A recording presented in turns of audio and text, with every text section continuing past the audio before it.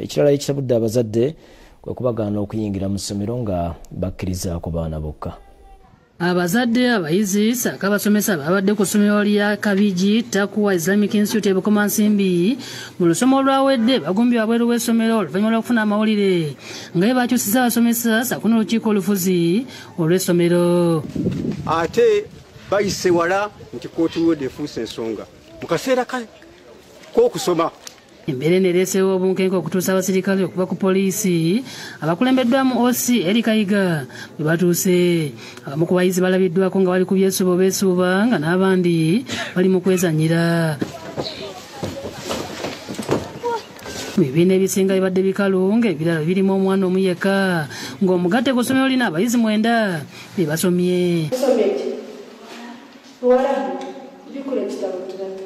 Abakulembeze okubadde RDC Sharon Ankunda, omumyuka Fred Kalema Paxi, Diso Happy Bira More batuze olukiiko lw'abazadde okusala amagezi. Abazadde bategeeza nti kafuuwe kuwaya abaana baabwe eri abantu bebayisa abatategeerekeka. Daba abasomesa be musanzeemu eyo bebafaanana situsobola kuddira baana baffe bano abaana b'obusiraamu abaana b'eggwanga ate ne tubateeka mu matigga. RDC tukusaba ng'otona bakuva wano bala basajja bafuluma.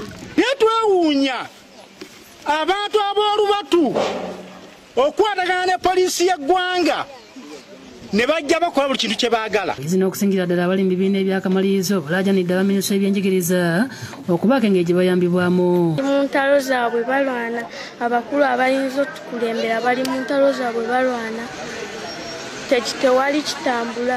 Naye ng'omwaka gwaffe gwe guno omwaka gwaffe ogufembayo kiba kitunyigiriza tuyinza obutakola bigezo byaffe naye nga naffe twagala okukola ebigezo byaffe. Tuyambe olw'abaana bano abajja mwe muli baminisita bwe muli ba RDC ab'enkya. RDC abasabye okubeera abakakamu. Ssanyu lyaffe kulaba ng'abaana basoma, ssanyu lyaffe kulaba ng'abazadde muli bulungi. Kyembasaba mubeere bakakamu. Essomero lino lirudde nga lirimu Enkaayana ezaviirako abasiraamu okweyawulamu ebiwayi 2 okuli ekya Abdul Jabbar Mawanda ne Haruna Jemba nga buli ludda lugamba nti lulina obuvunaanyizibwa mu kuliddukanya. Okuvaako emukono ku masomero ga kkanisa okuli Bishop West abayizi babadde batono ng'omukulu waalyo Sebagala Christopher ayogedde ku muwendo gwe babadde basuubira. Kilaasi y'abaana nga 9 saano bw'ogenda mu kati mu abaana nga 5. Ensonga evudde ku ekyo kireka abazadde baavu nnyo. Kw'abaana mu ntandikwa teringa ya bulijjo ky'amazima kubanga ku baana be tulina ndowooza ni afu tennakuwera. Abalala basabye abazadde abalina emmere omuli obuwunga n'ebijanjaalo okujja n'abaana batesize ku ssomero banaabalagana ku kya fiizi kubanga nabo tebalina kyakuliisa baana. Twasazeewo twogere n'abazadde nti oyo yenna alina ky'alina mu ngeri ng'ey'emmere. Balinayo muwogo, balinayo kawunga, atuwe tutubale mu ssente. Ng'abasomesa tuba tusuubira omusaala kuva mu bakama baffe. So nga bwe banga tebafunye ka school fees ako, ffe ng'abasomesa nti naffe tulina abaana be tuba tulina okuza ku ssomero. So tubeera n'obweraliikirivu. Mu bitundu ebirala okuli Mutundu e Lubaga abakulu b'amasomero okuli Ignatius Kabanda beekokodde ebbeeyi ebikozesebwa ku masomero nga n'abazadde balese abaana naye fiizi tebaleese. Embeera ey'ebintu ebikozesebwa mu ssomero byo birinnye, buli kimu kirinnye, obuwunga bulinnye. I would like to thank our parents for bringing us back to school and paying for us our school fees. Everybody knows that in the country there has been a lot of inflation. Abamu ku bazadde nabo embeera mwe bayise okuzza abaana ku masomero bajasimula bugolo. Ati nawe olina okunyiikira ng'osoma naye nga obuzibu bwa ssente bw'amaanyi nnyo, ssente tezirabika. E Masaka abakulira amasomero ga gavumenti embeera erabika ebayinze ne balaajanira gavumenti bongeze ku ssente zeewa buli muyizi ali ku nkola eya bonna basome nga Sala Kagolo wa Blessed Sacrament Kimanya bw'annyonnyola. Kubira gavumenti omulanga naddala amasomero gaabwe gano aga gavumenti bagafeeko babaweemu akenkizo n'okuliisa abaana bamanye ekika ky'emmere yalinnya si byebiri. Obutafaananako na ttaamu zikulembedde abaana bakomawo kasongota tabadde nnungi nnyo compared to the previous terms. Ow'ebyenjigiriza e Masaka Kakeeto Stephen akasizza okusomozebwa okuli masomero ga gavumenti. Okusomozebwa kwe tulina ebikozesebwa ebisinga obungi nga toilet n'entebe n'ebibiina twesingana kati saawa zino nga tebikyamala. Kuva keeyiganga naye abayizi tebajjumbidde kugenda ku masomero nga gasinga omuwendo gw'abayizi gusalise okwawukanako n'ogwo ogwaliwo mu lusoma olwokubiri nga Hassan Mwanda omu ku bakulu baago bwannyonnyola. Kabaidumbiire okwiza abaana mu kiseera kuba eno taamu ya nesembayo omwana yali suppose okuva mu kibiina kyalimu okujja mu kibiina ekindi. Era tuli kubona nga endowooza lwaki bali kuyita mu ngeri y'akasoobo n'eyokuba nti ku isomero kwetaaga ebisale. Mu lukuŋŋaana lwa bannamawulire olutuuziddwa ku kitebe kya poliisi Naggulu mu Kampala, omwogezi wa poliisi mu ggwanga Fred Enanga ayogedde ku lusoma olutandise olwaleero. N'akubiriza abakulu b'amasomero okuddayo okulaba nga bagoberera ebiragiro bya minisitule etwala ebyenjigiriza mu ggwanga. Wow. Ate ye zo enteekateeka ez'ekivvulu ky'Omuyimbi Gravity Omutujju ekya tusimbudde ani ayina ennene zitandise okutojjera. Ate olwaleero Gravity yeegasse ku kampuni ya Vision Group okulaba nga bakiwa vibe ng'enjogera y'ennaku zino bw'egamba. Omuyimbi Gravity Omutujju yeegasse ku kampuni ya Vision Group mu nteekateeka z'ekivvulu kye ekya tusimbudde ani ayina ennene ekigenda okubeerawo ng'ennaku z'omwezi lumu omwezi ogujja ku kisaawe kya cricket ova e Lugogo. Mu lukuŋŋaana lwa bannamawulire lwatuuzizza e Lugogo okuweereza pulogulaamu y'ekyenkya $4 n'amala era nga yavunaanyizibwa okutunda n'okuyitimusa ebikolebwa Bukedde Ffamire. Akasizza ekya Gravity Omutujju okwegatta ku kampuni eno okulaba ng'ekivvulu kino kiteekebwa bulungi mu kaweefube gwe tuliko okutumbula ebitone bya bannayuganda. Bukedde munange TV nsajja, radio nsajja, olupapula lusajja yataani asinga Bukedde. Kati abamanyi ekyokola bo bakimanyi. Bwekyo twali tuli awo ne Gravity Omutujju n'atwegattako mu konsati ye eyatusimbudde. Atumwaniriza Gravity tukoze naye gusose.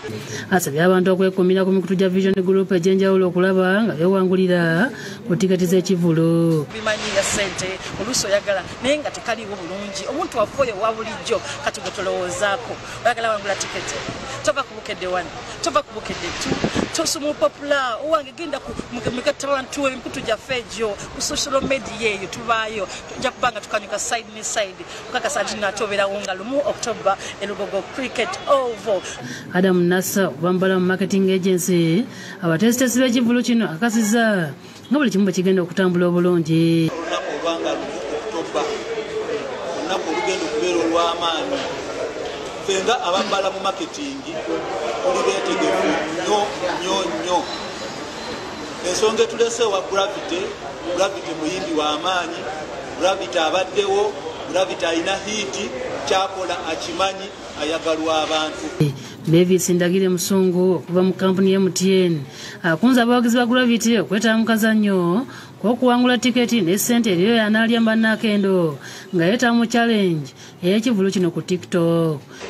Kyolina okusooka okukola olina kunyiga *176 olondeko oludala Gravity lwonna olukunnyula olwosinga okwagala omala kuluteekamu olyoke weetabe ku challenge ya TikTok ozira oba ng'oyimira ku luyimba lwayise ennyama. Ye Gravity yasiga buwagizi okwewa ku cricket oval ng'ennaku z'omwezi lumu neyeebaza Vision Group olw'okumukkiriza okujegattako okuteeka omudigido mu kivvulu kino. Bategeeza nti ennaku z'omwezi nga October tugenda kubeera mu nnyirinyiri e Lugogo era kigenda kubeera maasi tekigenda kubeera kya bulijjo nga bwe kibaddewo ebbanga emabega kuba siwe busozo tubikola. This time twongeddemu ebintu bingi nnyo. Okuyingira kugenda kubeera kwa mutwalo gumu n'emitwalo 3 nga baagala emmeeza bemujja kuleeta kakadde. Jovan Kibirige yakusakidde eggulire lino ku lwa Bukedde TV.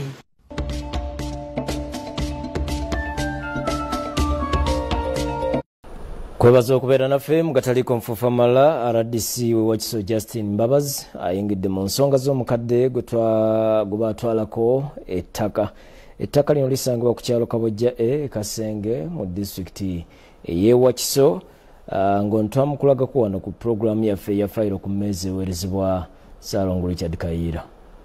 Justin Mbabazi nga RDC Wakiso atuuzizza olukiiko ku kyalo Kabojja Kasenge mu disitulikiti ey'e Wakiso okuyamba Hasfa Nambalirwa alaja n'olwamwannyina Emmanuel Kawunde okwagala okumutwalako poloti ye mu lukujjukujju lwetabiddwamu aduumira poliisi y'ensangi Fred Lumala akulira okunoonyereza ku misango gy'ettaka ensangi ssentebe w'ekyalo Frank Magala abataka kosa n'oludda lw'ennambalirwa ne Kawunde nnambalirwa annyonnyodde engeri gye yasikiramu poloti eno okuva ku ssengaawe Ivoni nnambalirwa kyokka bwe yafumbirwa n'akyusa amannya agali ku kyapa. Wagenda n'ozimbayo ewa essungwe bw'ozimbayo ennyumba ojja omugamba baaba maze ozimba omutwalo omulambuzaayo okutta endagaano y'essumbe kuba ne ya takisi eyo ssente bwe zaggwayo omukyala yali akukwayo maama yakweyimirira wagikwata endagaano ya takisi eyo n'ogiwa maama bimaze kukyakana maama ne mugamba bikwate obimuddize byonna. Kyokka Kawunde asoose kusambajja ebyannambalirwa okumuwa okubeera mu poloti eno agamba nti engeri gye yasikira kitaawe ne poloti eno abeera girinako akakuwate. Kawunde alumiriza nnambalirwa okwagala okumwefuulira.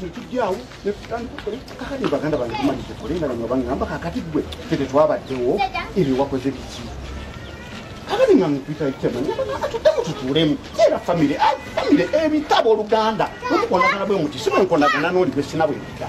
Liko omusajja gwe balumiriza nti Kawunde gwakozesa okutiisatiisa mwannyina ng'ono RCC amukunyiza okutuusa lwakkiriza nti si musirikale. Mama osatuusizza bubi abatatukkiriza kwogera wadde maama okwogera twakwateko entuzaayo maama nenkomawo neneebuza ku poliisi ne batugamba maama omukosebo ekituufu tagenda asobola kuwoza mu kkooti bitwala emyaka n'emyaka maama omukosebo temujja sobola kkooti ife tuli baana banaku maama ye taata ye maama sente za kkooti tetuziina ge mazima tetuzina sijja kulimba era maama tukusaba ebintu biggwere wano tetulina sente za kkooti efaida oba yagenda tebawawaabira tujja gijjayo.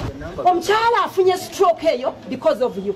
Mumuleetera abasirikale abantu abamu batya abasirikale wayogedde Luganda tewasoma ne jjajjange teyasoma mwenna mwalinga ku basitepu bakuutira musooke musigaze obuki obumu nga wo wakola omukisa n'ogamba muganda wo jangu wano omubudabi omutima ogwo musooke muguleete ng'abaana tebaliimu naffe nga tetukola ki tetuliimu. Kawunde yeetonze olwabyayisizaamu mwannyina n'asaba weebweyo ensimbi olw'ebbanga lye yamala ng'akuuma poloti eno. Kisaliddwawo aweebwe obukadde 5 era RDC n'awabula abasenza abantu ku bibanja byabwe. Oluvannyuma ennyo olw'okuwanyisiganya ne boogera ensonga zaabwe.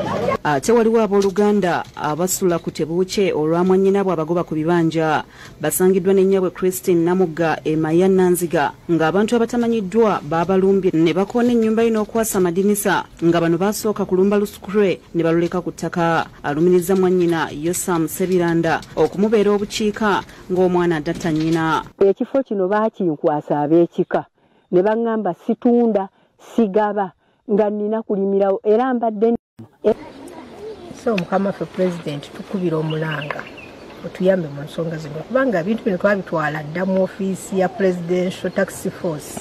Kyokka ku lukomo lw'essimu Sebiranda gwe balumiriza asambaza ebimwogerwako.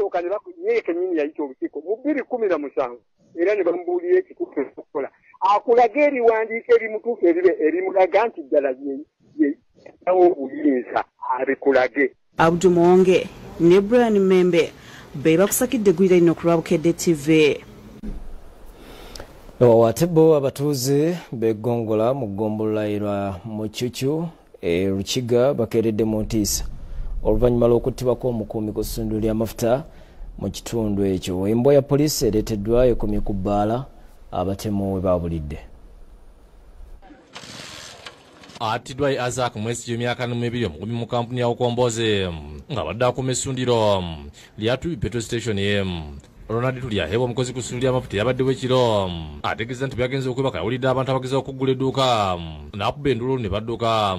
Tulyaheebwa yakubidde mwesi gy'essimu ng'atakwata we yategedde nti mwesi gyattiddwa bukambwe.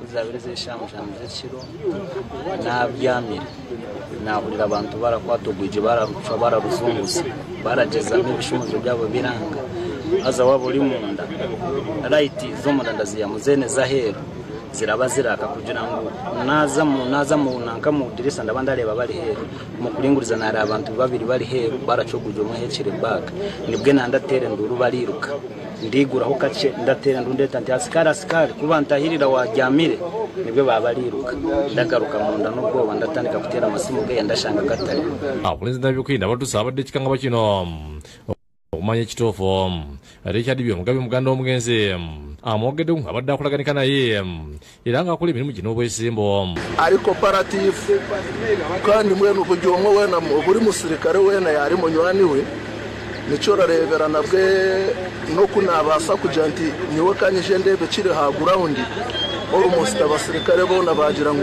reka tugendane twe polisi eresimba yayo kongoluso ng'ekomye kuzimu ku bbala mu katawuni nanyini bbala bamulagidde amenyamanya g'abantu byabadde nabo mu kirunga banyamu ekyo abantu mukaaga ne bakwatibwa okukola statement ekinambako mu kuzuula ekitoofu habara yo ekirimanyiza ngu abantu abaiziraho abalwene n'obu ayina obubagira enkahi habara yo kandi noho yakomeka garuka naha mbwenu ababeyi bariho aladisi werukiga Fred naye balasitukire munategeeza nti bakola ekisoboka okuzuula abasemwesigye all the suspects where they had passed or where they passed and we are investigating the case and I had come to address these people around here to be to pull down the pressure not to take the law in their hands until we investigate and get the right person. Asiya abantu awo yokulina mulire gonna ngebamanyi ku byabaddewo eri mato omwogezi wa polisi mutundu byakigeza akisize ettemu lino era ng'okulunyiza kukyagenda mu maaso. We are already on ground to establish who could have done so.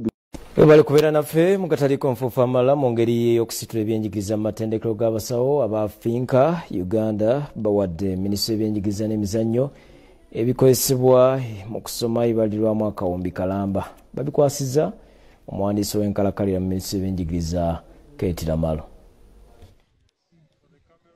Minisitule y'ebyenjigiriza n'emizannyo lwaleero efunye emiteebekezebwa abasawo ibalirwamu akawumbi kamu okuva mu finka Uganda biyambe ku masomero agasomesa ebyobulamu ng'akwasibwa ebintu bino omuwandiisi w'enkalakalira mu minisitule y'ebyenjigiriza n'emizannyo Keetiramalo ategeeza nti ebikozesebwa bijjidde mu kaseera akatuufu nga bagenda kubigabanya mu matendekero 25 okwetooloola eggwanga. Protective equipment for our health trainers. So I want to appreciate Finka Uganda very, very much for this generous contribution. We know that it will support our health training institutions in form of really the basic protective equipment. Abakulira amatendekero agasomesa ebyobulamu basanyuse olw'ebintu bino nga Primrose kw'obusingi okuva mu Finka bwalambulula. Finka yakola donation eya mask $1,300,000 in masks nga ziri worth more than $1,000,000,000. Twaziwa Ministry of Education. Kamishina ebisomesa amatendekero g'abasawo Dr. Safin Kyusumusena agamba nti n'okudoolera COVID-19 bagezaako okubutangira bakyetaaga ebintu bino okuyamba ku mirimu gyabwe. Amasomero gali 25 agafunye masks zino mulimu agasomesa abasawo abajjanjabi abazaalisa abakola ku maaso bonna babaddemu abo amasomero gonna gali 25. Akulira ettendekero ly'abasawo Lubaga Sister Jane Francis Namundi yebaziza etuli bafina agamba nti kubayamba okwetangira endwadde ez'enjawulo nga bakola emirimu gyabwe. Kyamazima ekikolwa kino ekikoleddwa kituzizaamu nnyo amaanyi ffe ng'amasomero ate naddala nze nnyimirirawo mu linnya lya private not for profit.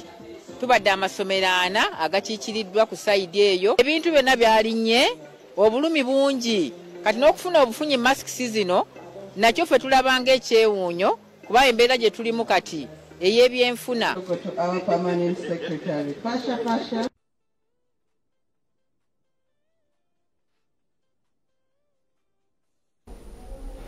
Mu by'emizannyo empaka z'amasaza ga Buganda zituuse ku luzannyo lwa quarter final oluvannyuma lw'emipiira egy'ebibinja okukomekerezebwa ng'obululu bukwatibwa ku Lwakusatu luno.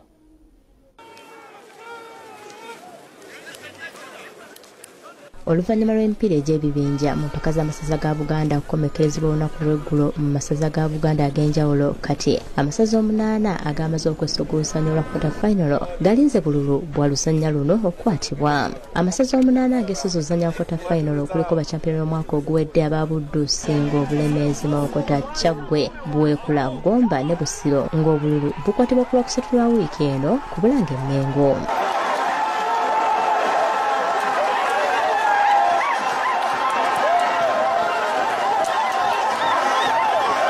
Bw'obanga oli nnamba 1, nnamba 2, nnamba 3, nnamba 4 tebajja kusisinkana abanaabo.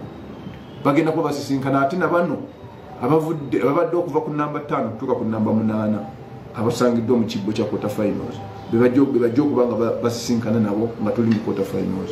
Awo tulyoke tugende ddala paka ku final nga tukulaze fixture ng'eraze akati gye kagenda okutwala. Bachampiona 2015 ne 2018 abasingo okuyita mu kusogozanya luno bamaze kulembera kibinja ekisooka n'obonna 2 nga bakangula ekikopo kino emirundi 2 ng'era be bakirina Ababuddu basitanye okuva mu kibinja kino n'obonna 17 mu kifo ekyokubiri. Ekibinja ekyokubiri Buweekula abatuuka ku finals omwaka oguwedde ne bakubwa Buddu ku golo 2 ku bwereere bakikulembedde n'obonna 22 nga Gomba yamalidde mu kyakusatu n'obonna 21. Busiro yakulembedde ekibinja ekyokusatu n'obona 25 nga Bulemeezi yamalidde mu kyakubiri n'obona 19. Mawokota ne Kyaggwe zalemeddwa okuyitawo obutereevu wabula nga zayiseewo nga ttiimu 2 ezasinze okukola obulungi mu bibinja nga mu kibinja ekyokubiri Mawokota yamalidde mu kyakusatu n'obona 18 ng'ate yo Kyaggwe yavudde mu kibinja ekyokusatu n'obona 16. Bukyanga mpaka zino ziddizibwawo mu gwa 24 Gomba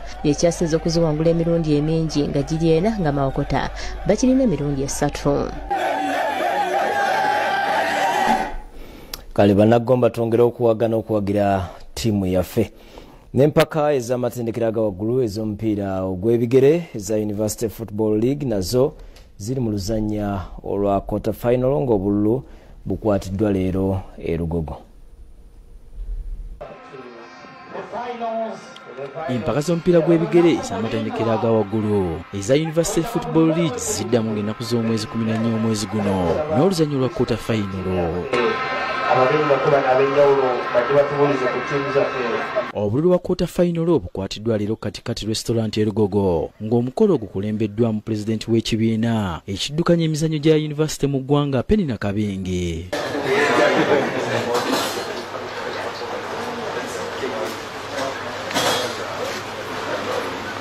Ono asabye abakulira emizannyo ku matendekero aga waggulu okwongera amaanyi mu kukomya effujjo ly'abawagizi abajja okulaba emipiira gino. Buli responsible sports tutor akole entegeka awaka nga security eri ggulugulu n'ekirala nga n'abaana aba ezo clubs fans club nga baba traininze bulungi okuba nga bawagira mu ngeri ennungi.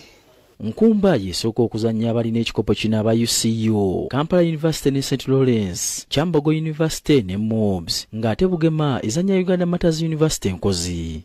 Tubadde bulungi nnyo mu mpira gire gisoose round esoose kubanga abayizi babadde batendekebwa bulungi ate nga twabateeka mu 5th division ya Nakawa nga basamba emipiira mingi egibayambye okubanga basamba obulungi bali fiti nga balina exposure balina experience situation zonna ze basanze zibadde zibangwira. Nga Kampala University tusanyuse nnyo kubanga twesogga mu quarter finals zino ez'omwaka guno. Mu kusooka twali tumanyi tuvuddeko twazenga ba best losers babayita batya ababokubiri. Ate tugenda ku meeting kati St. Lawrence. St. Lawrence eyo sigwe gusooka okuzannyako nayo. Tugisobola twagizannyako okwo.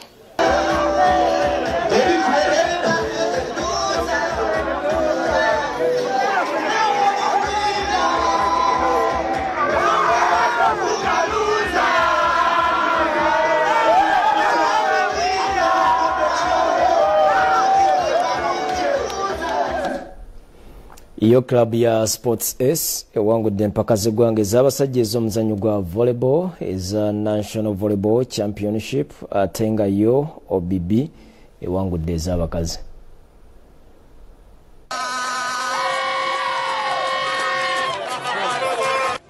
Ttiimu y'abakyala eya OBB Volley Club eyayiganga okutuuka ku buwanguzi yatunze ne Sport Expo Final mu za National Volley Club Championship nga zaagenze okuggwa nga OBB eziwangudde ku bubonero 3-1 nga zaabadde ku ssomero ly'eyiganga Municipal Council Primary School. We really learned a lot. We played all those games, but most of them we were going decisive. We learned a lot from the APR of Rwanda, which has really inspired us to win. Ate ku final y'abasajja era club ya Sport Ace yatunze ne OBB Volley Club eyeeyiganga nga zino zaawangudde Sport Ace ku bubonero 3 ku bwereere.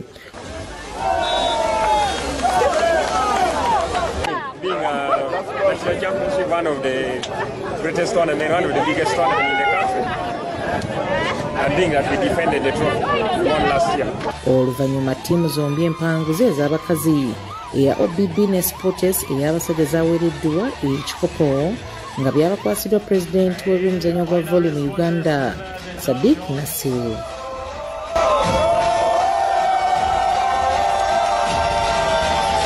We call the government to assist the federation, and we are looking forward to make sure that they come in even to the extent that they even assist the federations, more so which are representing us continental. The federations, they need a lot of money, the participation fee.